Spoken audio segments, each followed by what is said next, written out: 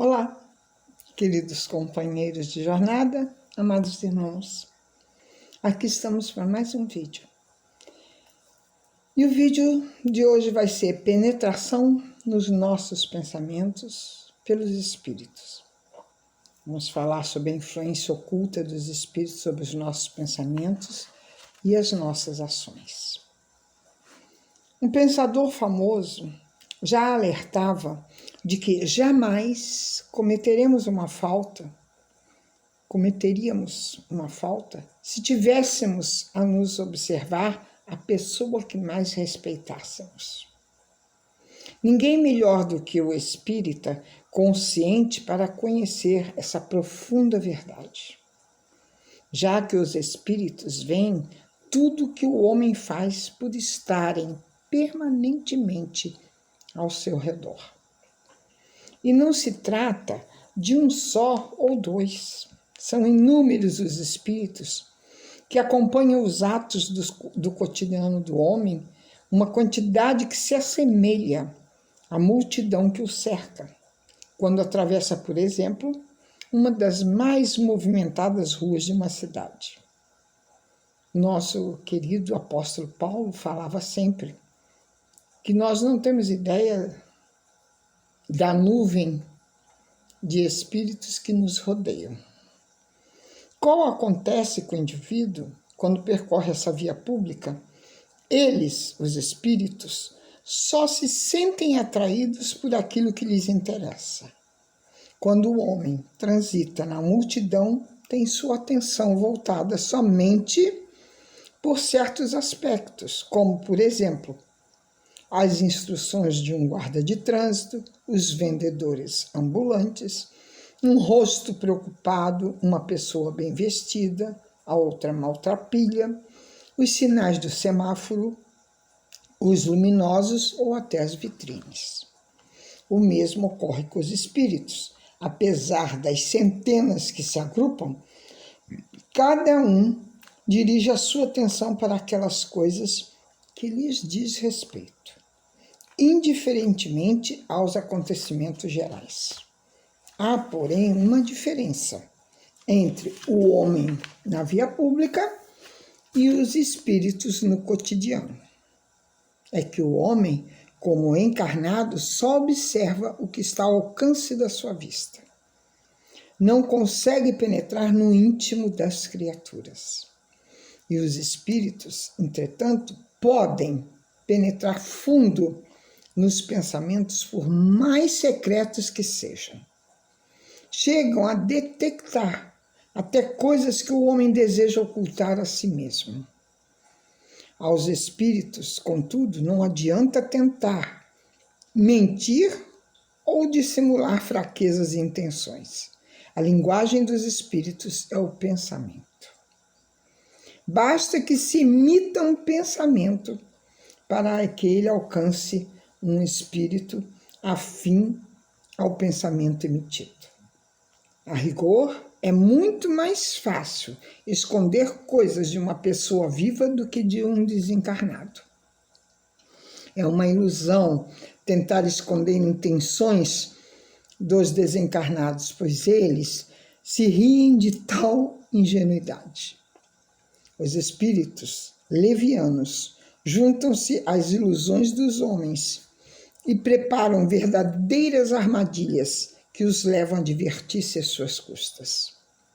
Os espíritos sérios, tais como os protetores e familiares, preocupam-se com a segurança do homem. Lamentam o mau uso que eles fazem do livre-arbítrio e buscam sempre auxiliá-lo. Se os espíritos participam de muitos dos nossos pensamentos, evidentemente eles influenciam significativamente em nós mesmos e, por conseguinte, nas nossas ações. Frequentemente, essa influência é muito maior do que a gente pode supor, chegando mesmo a dirigir os atos das criaturas. André Luiz, no livro O Sexo e o Destino, conta que um dos personagens lia um jornal vespertino, mantendo ao lado uma garrafa de uísque, que deitava emanações alcoólicas que se casavam ao hálito do amigo, deitado no divã. No limiar, 2 homens desencarnados dialogavam com descuidada alegria, brincadeira. Tateava assim os ombros do personagem encarnado e gritava insolente: beber, meu caro, quero beber. O personagem abriga a sugestão, convicto de que se inclinava para um trago de uísque exclusivamente para si. E ato contínuo, integraram-se ambos num exótico sucesso de enxertia fluídica.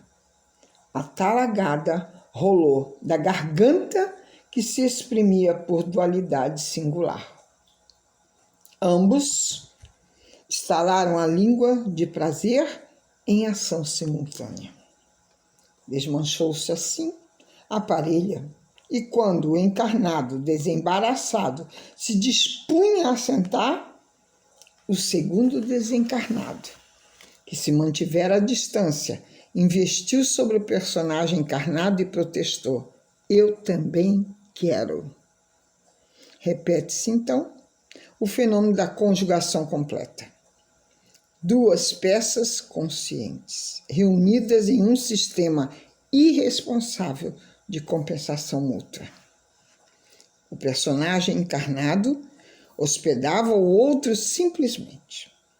Aceitava-lhe a direção, entregava-se por deliberação própria. Efetuava-se a concorrência na base de percussão.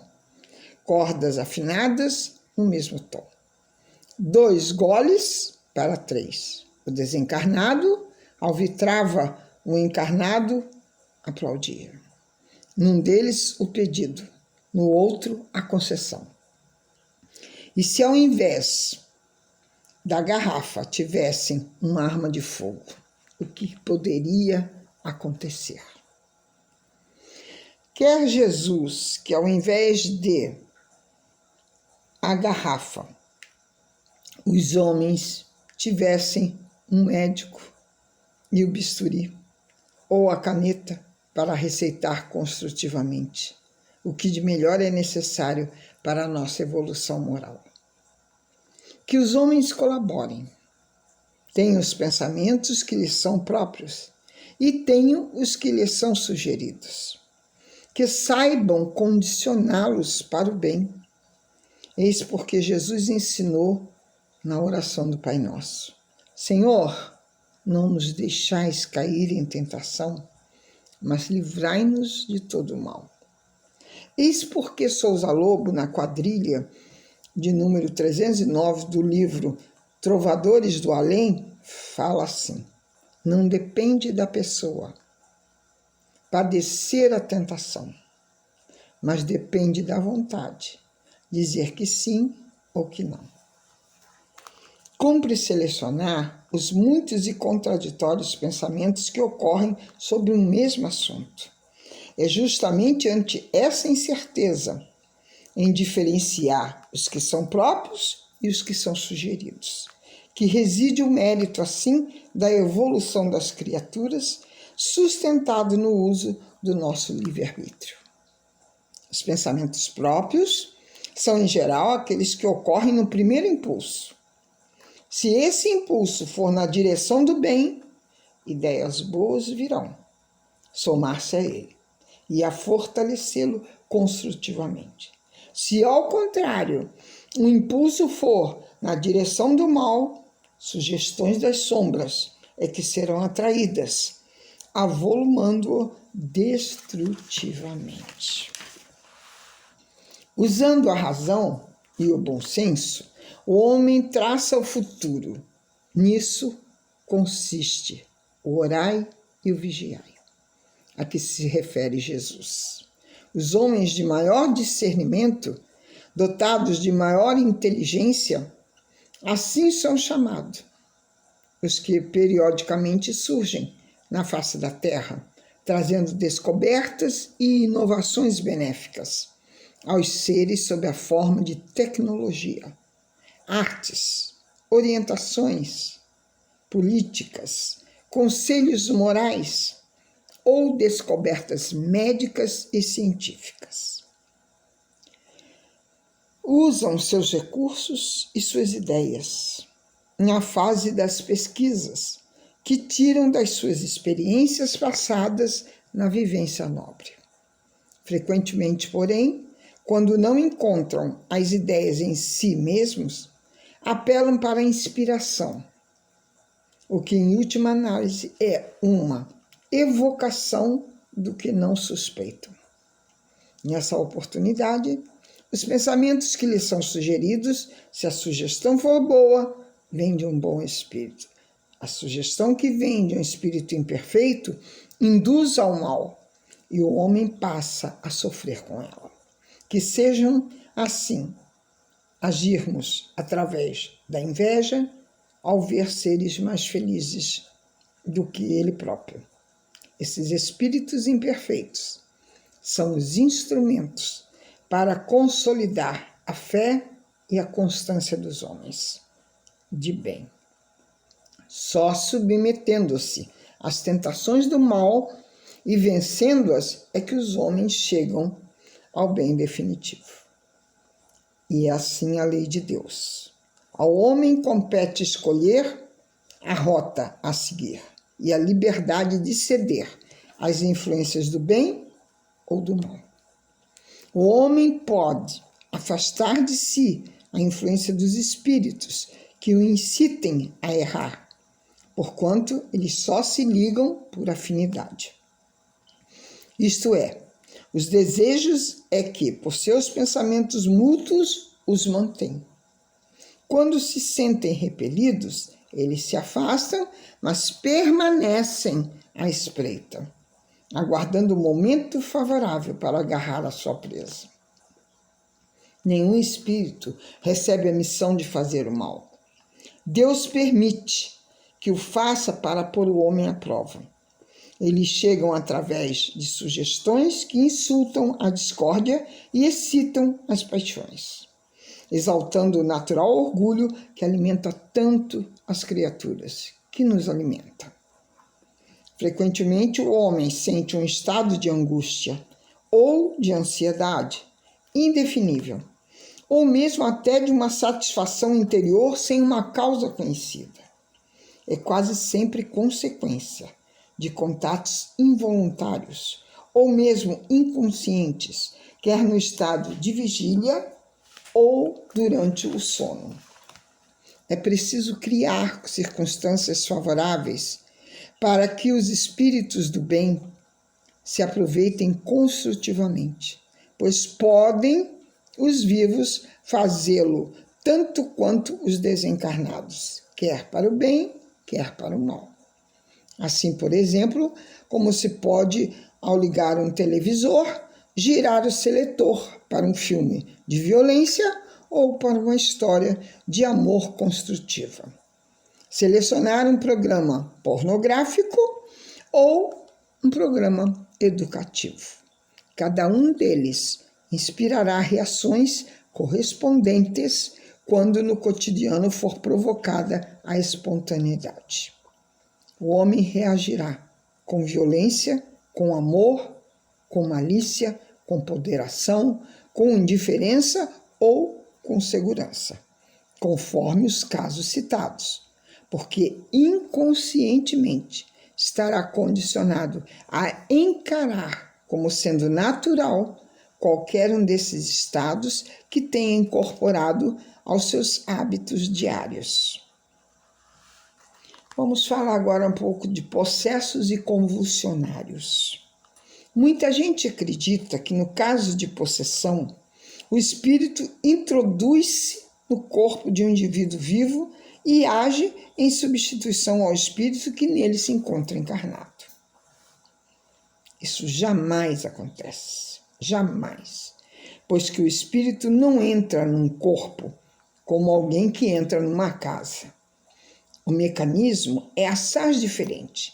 Ele se assimila a um espírito encarnado que tem os mesmos defeitos e as mesmas qualidades para agir conjuntamente, mas é sempre o espírito encarnado que atua de uma forma que quer sobre a matéria de que está revestido.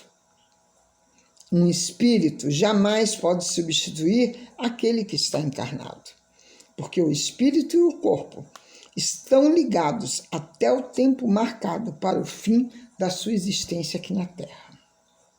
Não há possessão propriamente dita, se considerar a possibilidade de coabitação de dois espíritos no mesmo corpo.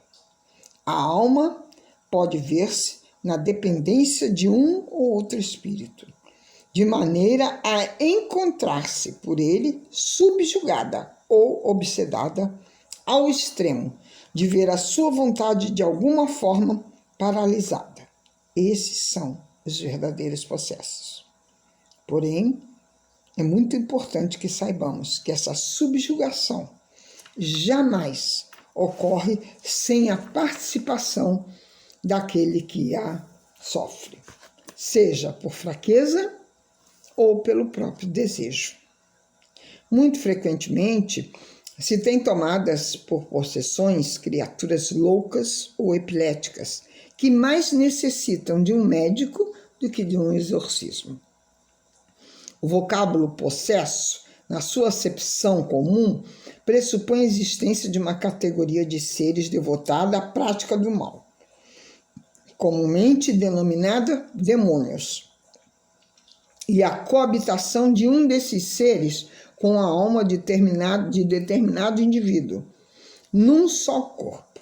Entretanto, desde que não existem demônios nesse sentido, e considerando-se que num só corpo não podem coabitar dois espíritos ao mesmo tempo, também não existem os possessos na acepção dessa palavra. Possessão, então, tem o seguinte significado de subjugação absoluta de uma alma em relação a espíritos imperfeitos que a fazem tornar-se deles dependente. Uma pessoa altamente moralizada é dotada de uma inquebrantável força de vontade e pode abalar o jugo desses espíritos. Os evangelhos de Jesus registram pelo menos 3 casos de expulsão de espíritos obsessores. O caso de Maria de Magdala, que está lá em Lucas, no capítulo 8, no versículo 21. O caso do possesso gadareno, que está em Marcos, no capítulo 5, no item 120. E do possesso de Cafarnaum, que está em Lucas, no capítulo 4, nos versículos 33 a 36. Em todos esses casos, não se tratava de um só espírito, mas de uma autêntica legião. Entretanto, Jesus curou outras pessoas de casos de obsessão. O jovem lunático, que está lá em Mateus, no capítulo 17, versículo 14 a 22, a filha da mulher cananeia, que está em Mateus também no capítulo 15, versículos 21 a 28, e a mulher que vivia curvada há longos anos e que foi curada no interior de uma sinagoga. As fórmulas de exorcismo praticados na Terra não têm qualquer eficácia contra esses espíritos possessores, os quais riem e até se obstinam na prática do mal quando vem alguém torná-los a sério. Para ilustração, há o caso dos 7 filhos de Sev, um judeu principal dos sacerdotes, os quais, querendo exorcizar espíritos possessores em nome de Jesus e de Paulo de Tarso, foram atacados e os possessos coadjuvantes pelos espíritos tomaram 2 deles, deixando-os nus e bastante feridos.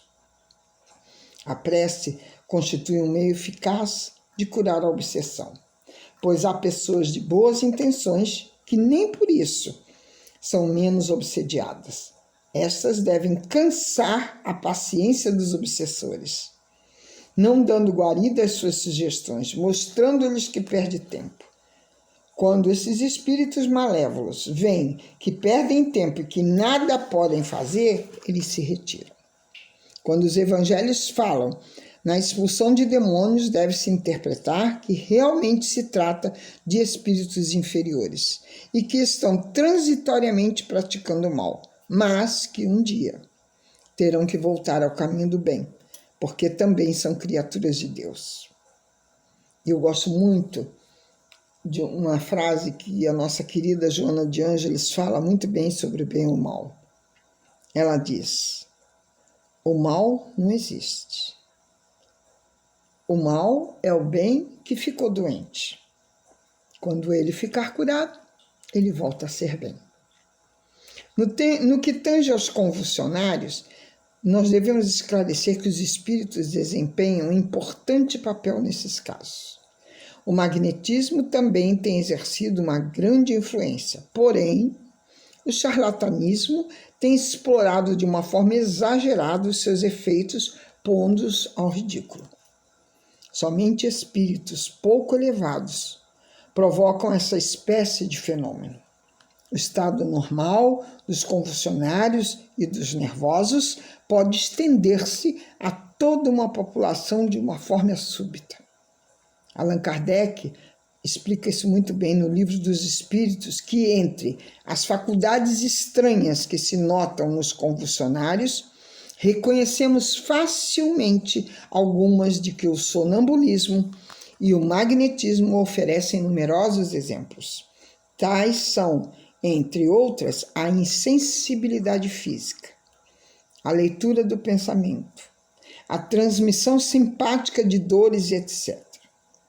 Não se pode duvidar que esses indivíduos em crise estejam numa espécie de estado sonambúlico, desperto, provocado pela influência que exercem uns sobre os outros. Eles são magnetizadores e magnetizados. Tudo ao mesmo tempo. Indagados sobre como podem as autoridades fazer cessar esses fenômenos, Kardec explicou: desde que esses fenômenos dependem de uma causa física e da ação de certos espíritos. Pode-se perguntar como, em alguns casos, a autoridade os pode fazer cessar. A razão é simples. A ação dos espíritos é secundária. Eles nada mais fazem do que aproveitar uma disposição natural. A autoridade não pode suprimir essa disposição. Mas a causa que o intrentia e exaltava de ativa, ela pode se tornar latente. E com razão para agir assim, porque o fato resultava em abuso e escândalo. Sabe-se, aliás, que essa intervenção ela é impotente, quando a ação dos espíritos é direta e espontânea. Refletindo sobre esse assunto, chegamos simplesmente a dizer que temos que estar no orar e vigiar, pensamentos, sentimentos e atitudes. Somente através da nossa evolução espiritual, da nossa reforma íntima, é que podemos nos afastar dessas influências. Que, como diz aqui mesmo, ao rezarmos, ao mudarmos a nossa sintonia, eles não têm mais acesso a nós.